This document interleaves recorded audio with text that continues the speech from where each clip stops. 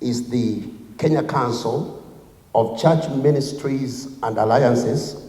This is the coalition of all the registered evangelical churches and alliances in this country. Also, we are flanked by our spiritual elders who are present here, founders and leaders of a number of the evangelical and Pentecostal churches in this country. Thank you so much for coming. I'm going to read the statement on our behalf. Fellow Kenyans, we, the Kenya Council of Church Ministries and Alliances, led by our spiritual elders present in this press briefing, wish to express our views on the pressing national matters that have caused significant concern among many Kenyans, including the church community. Allow us to begin by thanking the media fraternity for your unwavering dedication in ensuring our people are informed of the happenings in our country. You mean a lot to us as a nation.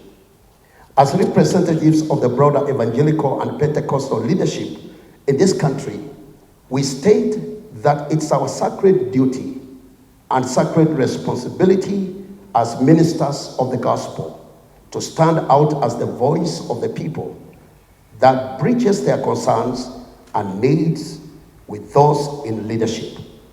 We wish from the onset to categorically reject any suggestion or any perception that we are to blame as the church for the government's failure to meet the expectation of its citizens.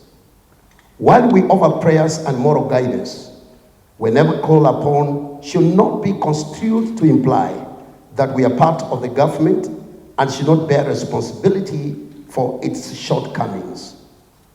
First, we wish to commend His Excellency the President for taking a bold step to order the cancellation of the KIA and Ketraco Adani contracts following reports of a fraud case filed against the company's chairman, Gautam Adani, in the United States of America, and the concerns raised by many Kenyans, including workers at the Kenya Airports Authority. While it is regrettable that the decision was not taken much earlier, we believe it's always right to do the right thing. This development underscores the importance of listening to the voices of citizens and the need for transparency and due diligence in conducting all public affairs. We urge the government to follow through with the cancellation and ensure that future undertakings of this nature are above board to address the following critical issues. 1, runaway high cost of living and increased tax burden coupled with high level of unemployment. The escalating cost of living in the country has made life unbearable for millions of Kenyans, with many struggling to afford basic necessities. This crisis is compounded by the increased tax burden, which has eroded the disposable income of a majority of working Kenyans and the rising prices that have worsened the plight of the most vulnerable. Mr. President, Kenyans are hurting economically. We call upon your government to act swiftly to address these challenges and provide the much needed relief to citizens. Number 2, transition from NHIF to SHIF and SHA. The transition from the National Hospital Insurance Fund to the Social Health Insurance Fund / Authority has been fraught and compounded with challenges. This change was meant to be the beginning of a major transformation towards universal health coverage. Instead, it has left many Kenyans without functional health insurance covers, forcing them to dig deeper into their pockets to access health care at a time of significant economic hardship. A sick population cannot be expected to meaningfully contribute to national development. The government must urgently and systematically look into the transitional process to ensure all Kenyans have access to affordable and reliable health care services. Number 3, lecturer strike in public universities. We are glad that recent public university lecturer strike was resolved. We recommend that a solution to address grievances of employees in all sectors of our country be found to avert such disruptions in the future. We implore on government to take urgent steps to stabilize educational institutions, which is critical to the nation's future. This includes addressing the new university funding model coupled with the financial struggles being experienced in many public universities across this country.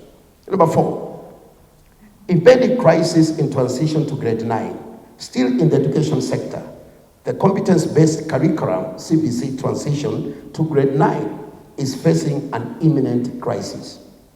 With less than 50 days left before the January deadline, the government has only managed to construct 5,000 classrooms from what we are told out of the required 16,000.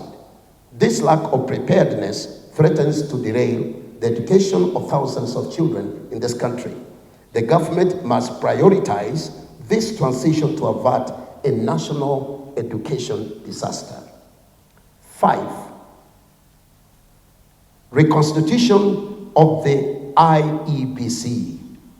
The delay in reconstituting the Independent Electoral and Boundaries Commission, IEBC, is an issue that must be addressed urgently to avoid unnecessary anxiety and speculations in regard to the 2027 elections.